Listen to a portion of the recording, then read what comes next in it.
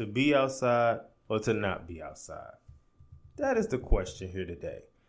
I'm not telling people not to be outside because I'll be outside. But what I'm saying is this affects our daily life decisions, because we was outside pre-COVID, post-COVID, and we're going to be outside. But I just want to say we just need to take a look at our outsideness, if that makes sense. So in today's episodes, we're discussing the dangers of being outside all the time and why we need to choose to be inside, even if it's just for a little while. Now, I'm not saying we just stopping with outside. I'm just saying that we should, maybe go outdoors, which is explain the benefits of that in our mental health in this episode.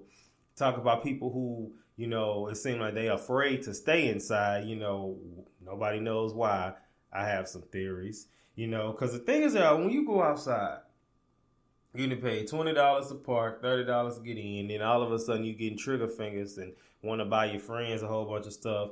You're feeling yourself. It just can be a recipe for disaster. So, today, again, we may need to put ourselves on a little bit of a punishment and just really analyze, or take a look at how you spend your money outside. 'Cause some people do know how to budget. Most of us don't. So sit back, relax, and let's get started with the show.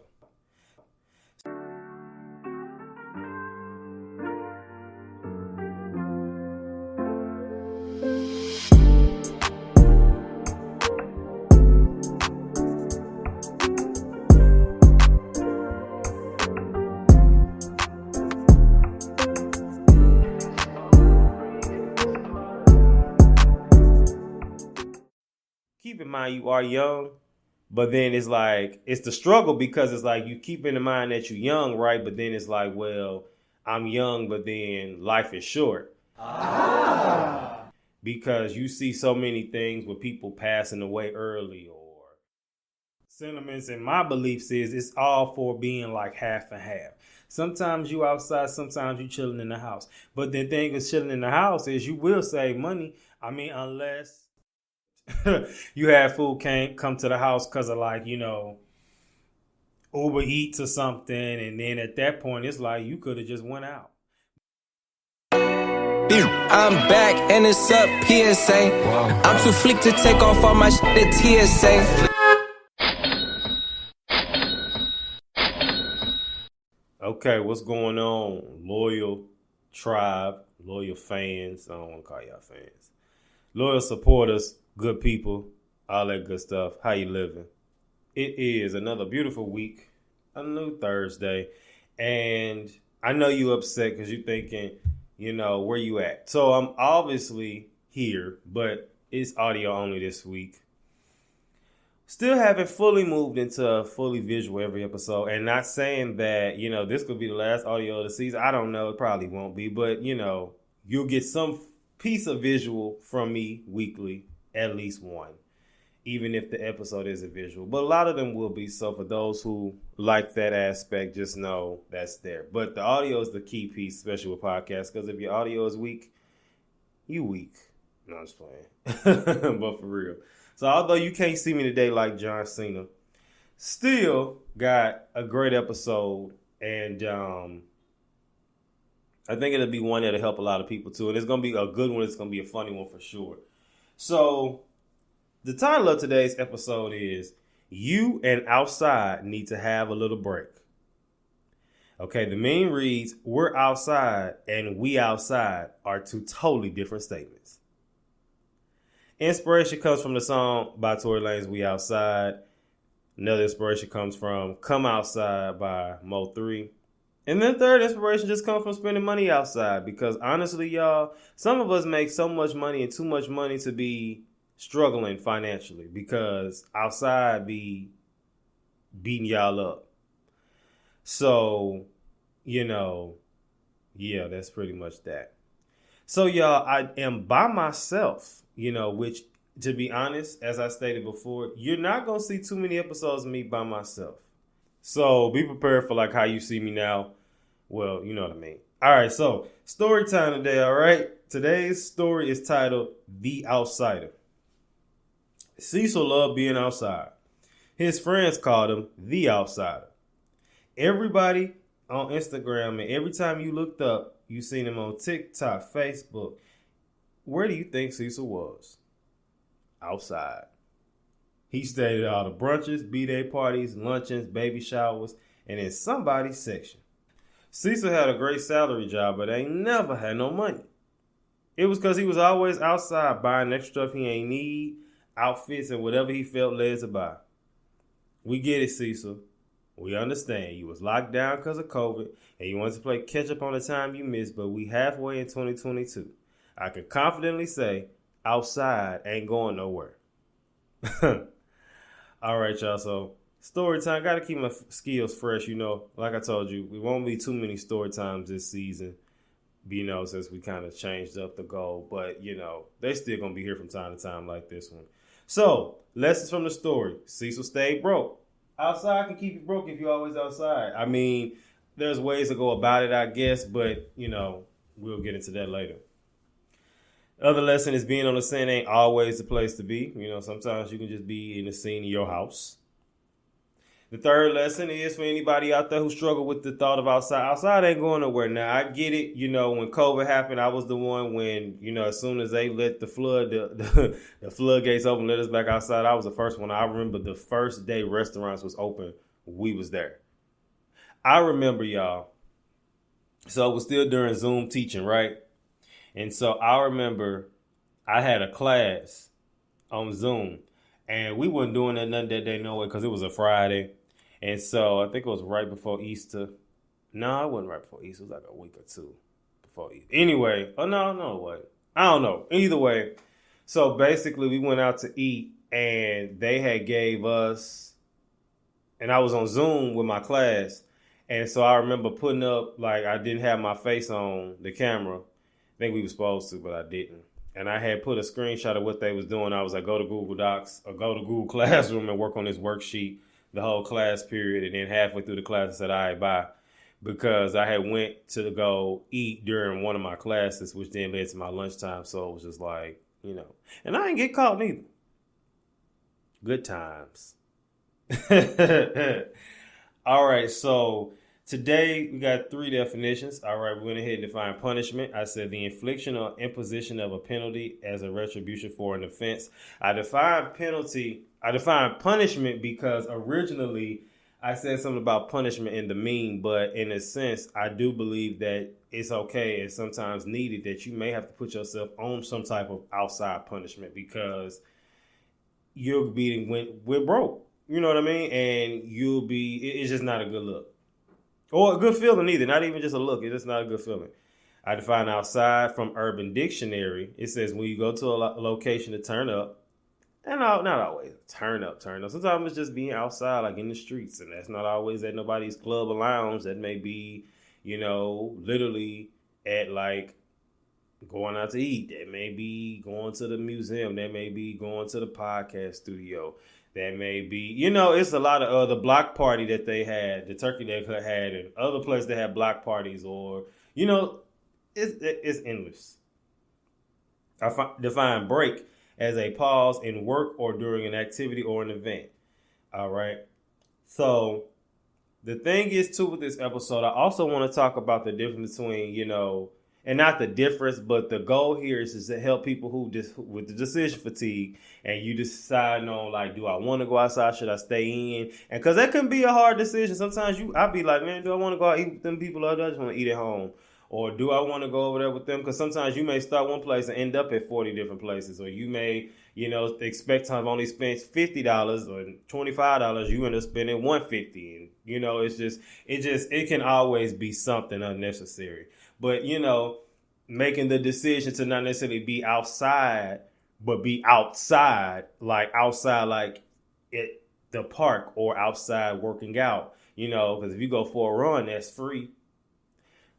It may hurt your ankles or something if you don't run the right way, but it's free. Ooh. So, because I don't do this segment like I used to, I'm pretty excited. The first time for season 6, QT&A, questions that need addressing. Question.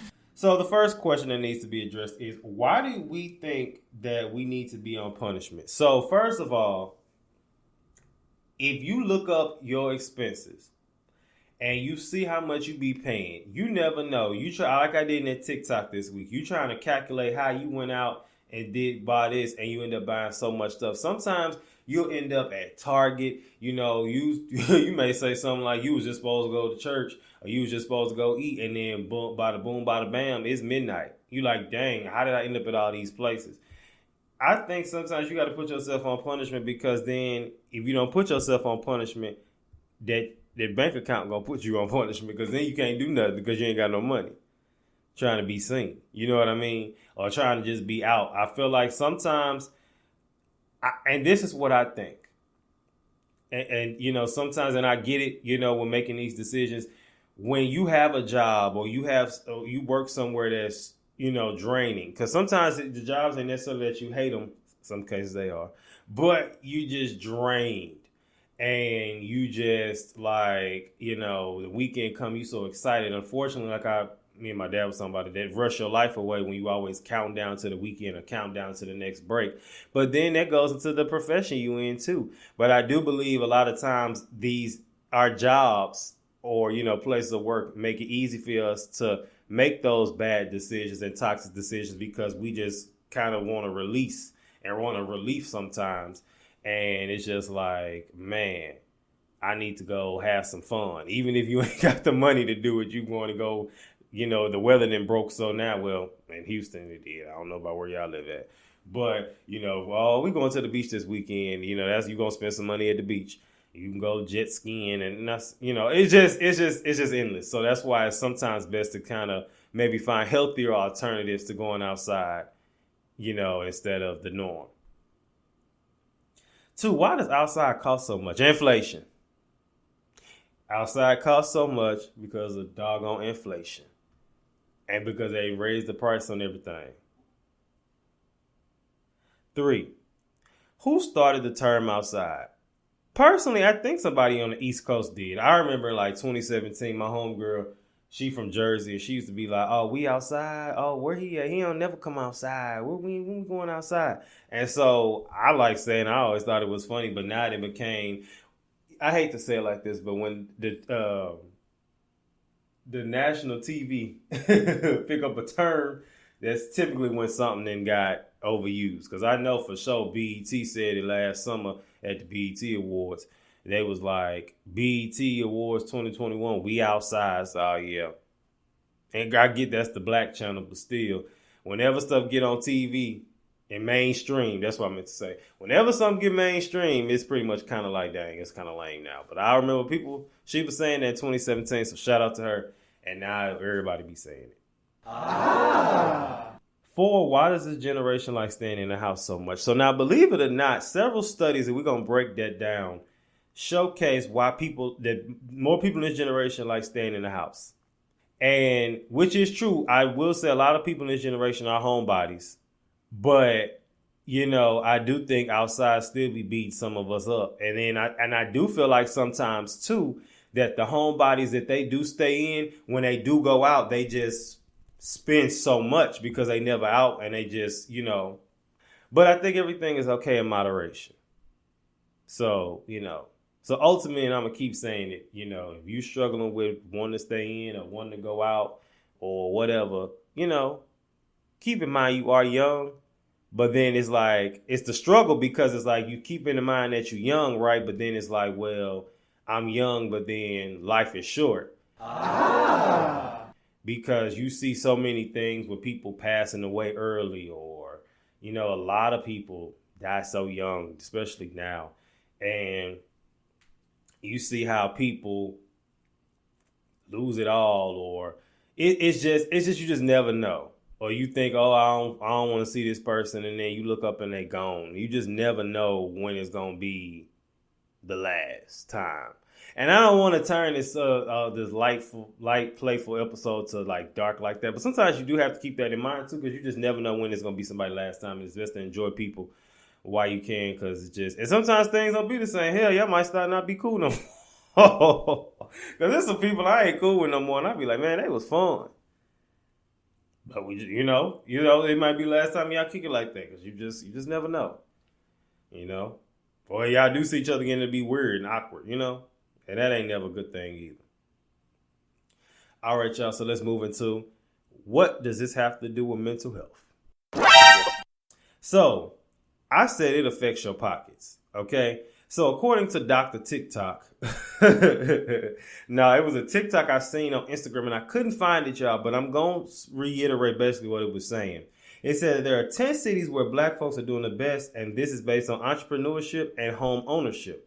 I didn't have all 10 so I had to do it off memory, but I got a solid 8. So I got Miami, Austin, Texas, Houston, Texas, Atlanta, Richmond, Virginia, Charlotte, North Carolina, Raleigh, people from there don't beat me up, and believe it or not, y'all, Baltimore. So that's the thing. Some of these cities, and these are the cities I feel like with the best, like, Sunday fun days, the best brunches, the best stuff for black folks to do, events, games, game night, stuff like that. These are the best ones for that. These are the best cities for that. And it makes sense because that's why their events in the cities for black folks be so, up there and, up and stuck, because these are the best places for us in those areas. So probably where the most black dollar is. And that's, why people are doing what they do. So it makes sense. But ultimately, like I said, this affects our mental health, because it makes us look and say, well, dang, if these people pop in here, maybe this is somewhere I need to be, affecting how we act, think, and feel. You seeing all these black excellence in these cities and all that good stuff. You seeing all these people living lavish and making money and knowing that you're going to get the best for your black dollar. You may say, well, that'll make you just feel good. Don't you? Stuff like that make black folks feel good. To me, it do. So I just know it, man. It's the same for y'all. And y'all tap in and let me know. Am I tripping? Does that make y'all feel good when y'all hear stuff like that? Because then it's just like, okay, well, I know what I'm doing. Me living in Houston, I've seen it. I've seen how this city has become kind of, in a sense, kind of a black city. Because when I first moved out here, not saying it wasn't a bunch of black folks, because it definitely was, but I just definitely have seen it elevate in that area. I can say that from personal, perspective. I will say that going outside does do something with mental health as far as peer pressure. Because say, for instance, you laying on your bed and you're sitting on your bed, sitting on your couch. Maybe you was reading your Bible. Maybe you was reading the newspaper. Maybe you was just chilling. You had already planned out your day and said, all right, I'm going to do 1, 2, 3. That's it. That damn peer pressure. And you get random invites to places. Y'all, I got invited to a gender reveal that I half forgot about. And then one Sunday, and I really planned to stay in the house. My homeboy was having a gender reveal at a park. So guess where I was at? At the gender reveal at the park. And I didn't want to go. I didn't. And if he hear this, I hope he know I didn't want to go. But of course, you got to go support your people. But I just was like, and it wasn't because it was what it was. It's just, I was just tired. I did not want to go. But I went. It was a good time. So, but still, I just want to stay in the house. Did I spend some money that day? I don't think I did. I did. No, I think I did. I did. But oh well. But the thing is, too, is that peer pressure is real. I've told people before, I'm going to block my friends because I be sitting up here like, I'm not going to answer the phone. Or sometimes you might have to go to extreme, like you can't get on social media and see what nobody doing, because you may see somebody holding up their mimosa or they water or whatever they drinking at a restaurant and be like, dang, I want to go to a restaurant now. You know what I mean? And then that's where it starts. Sometimes it ends, sometimes it don't. But you may have to just turn off your social media for a day, or people calling you, don't answer. Don't answer. There you go, millennial. You're looking for a decision. Don't answer the phone. That could help out. On the other hand, though, being outside, like outdoors, is actually beneficial to one's mental health. So let's get into that. According to mental health benefits of the outdoors, it says, 1, it reduces stress. The world is full of stress no matter where you go. While there are plenty of healthy stresses in the world, like the ones that keep you out of danger, there are also a host of bad ones. America is one of the most stressed countries in the world, with 55% of Americans reported feelings of stress daily. Many different factors can lead to increased levels of stress, and this stress can impact both your physical and mental health. It then says, however, just spending 20 to 30 minutes outside has proven to reduce stress levels. Even gardening has shown to improve your symptoms of stress. A Japanese study that focused on the effects of Shirim Yoku, I think I pronounced that right. It says taking in the forest atmosphere of forest bathing found that just a short period of outdoors can reduce cortisol levels, the natural chemical found in your body that causes stress. Being outside relieves muscle tension and helps reduce stress. So over 30 times you hear reduce stress. So maybe if, you're not an outdoorsy person, say you don't work out, I see one of my homegirls, I see she's posted her walk journey. She goes on walks, right, all the time. And I definitely believe that kind of stuff can just improve your health. This just getting out, and even just like a nice little cool down, maybe just going, I'm a little different. That's just me. Maybe it's my daddy's fault, because I remember he seen people walking and he was like, I need to be running.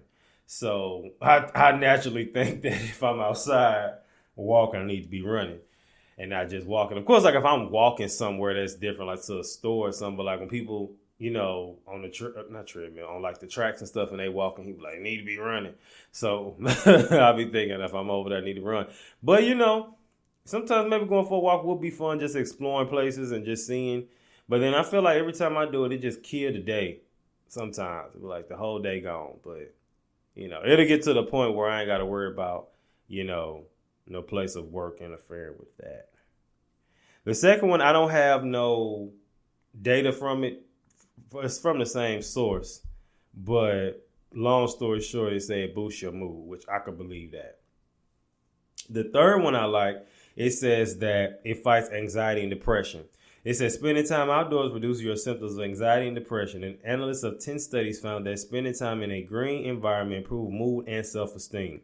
Those struggling with mental illness saw a significant increase in their self-esteem and saw a reduction in their depression symptoms. So it's kind of like, I look at that as like repeating declarations or affirmations over yourself. You may not notice it in the moment, but after you keep doing something consecutively, you're going to notice the difference. And I think it's a healthy alternative. I'm all for balance, though. I mean, I do still believe we can be outside and then we can be outside. I believe you can do both. It's just all about balance. Because, say, for instance, like for real, you go outside and then you look up and you just spent $500-$600.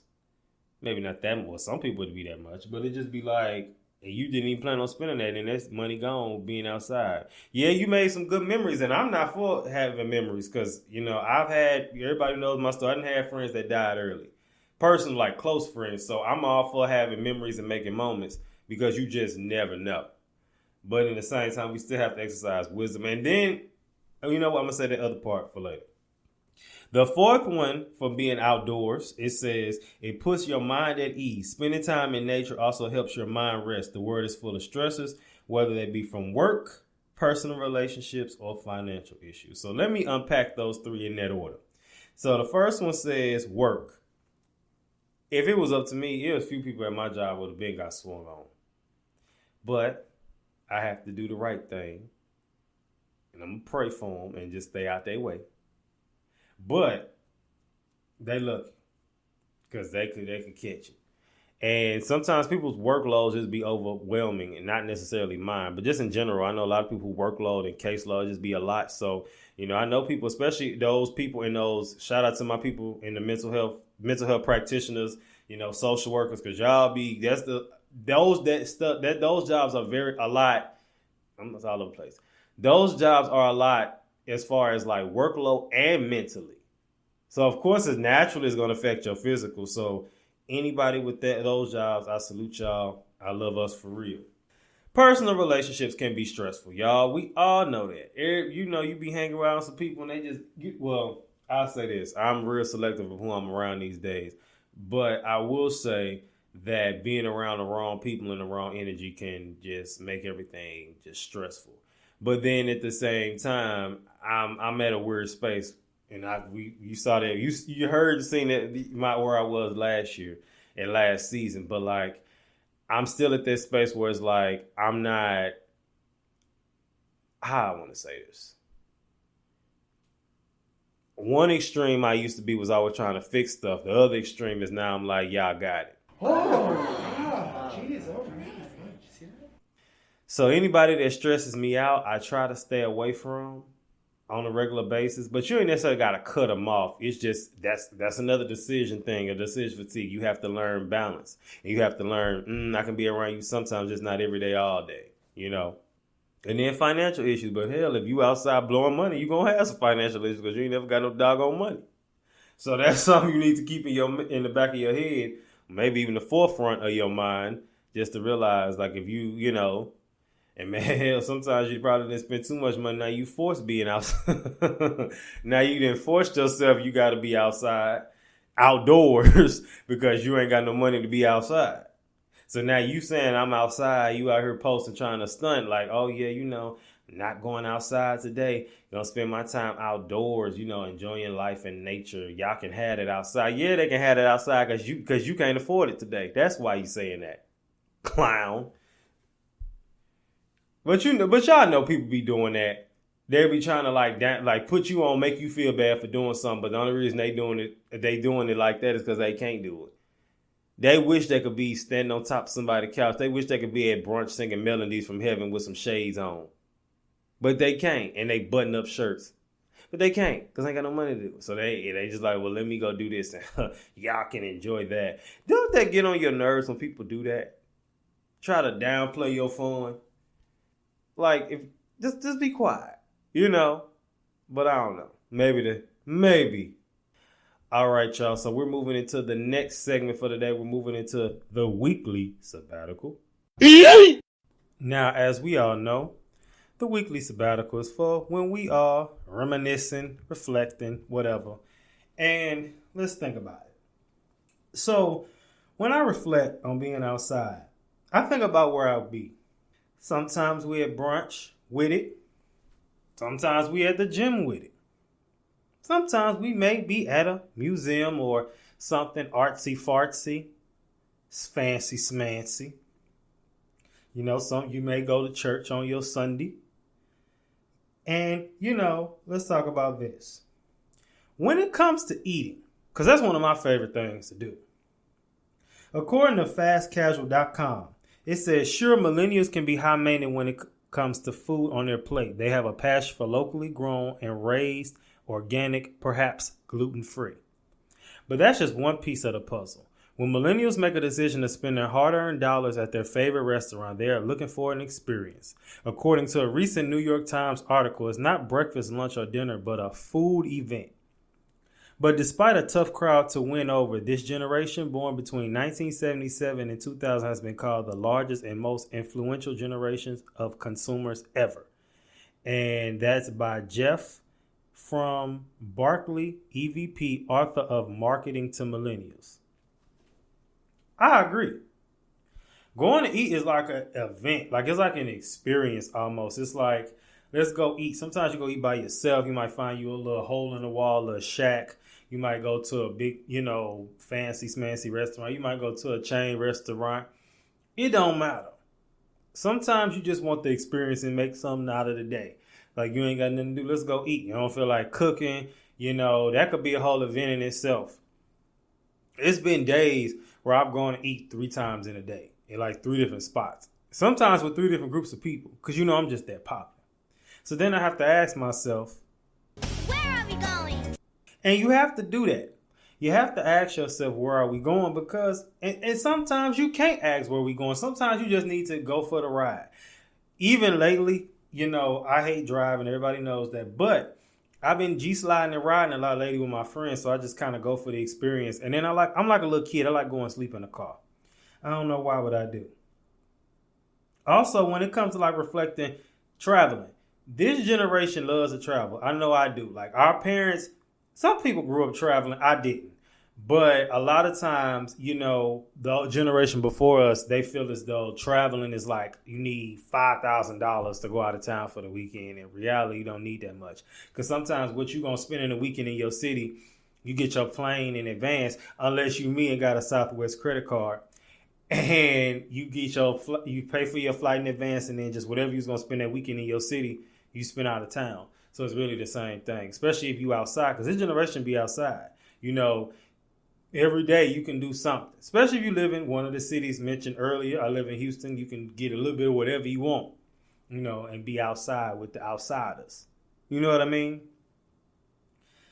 And I think it's funny that, you know, this generation, when we outside, you could literally, especially on Sunday, fun day, you could be outside from 12 a.m. to 12 p.m. and then still be at work tomorrow like ain't nothing happened. Or you could call in. Sometimes if I'm tired, I don't feel like going. But you know, I ain't the best person when it comes to calling in, because if I cough too hard, I ain't going. That's just me. So according to why millennials never want to leave their apartment anymore. So let's get into that, because in some cases it says that millennials never want to leave their apartment, that never want to leave the house. Because this generation is kind of like a half and half, I feel like. It says nobody wants to leave their apartment anymore. That's the prevailing sentiment on the internet anyway.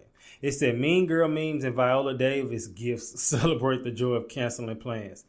Essays offer neuroscience-backed explanations of the relief that comes with a bailing on drinks, while listicles and trend pieces promote the homebody lifestyle. Advice columns enumerate tips for backing out of social plans without losing your friends. I see that a lot too. Sometimes I see people who, they just legit homebodies. They'll be like, oh, I'm chilling. I'm happy when people cancel plans. I'm going to just go back to sleep. Oh, wow. Jeez, oh, man. And sometimes that's needed too. Honestly, my sentiments and my beliefs is it's all for being like half and half.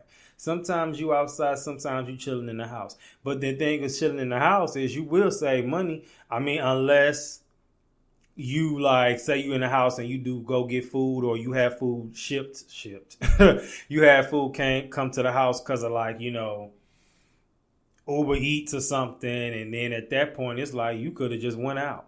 But then I get it, you know, sometimes you just want to be to yourself, which is fine too. But I do believe that a lot of people in this generation don't know how to be by themselves.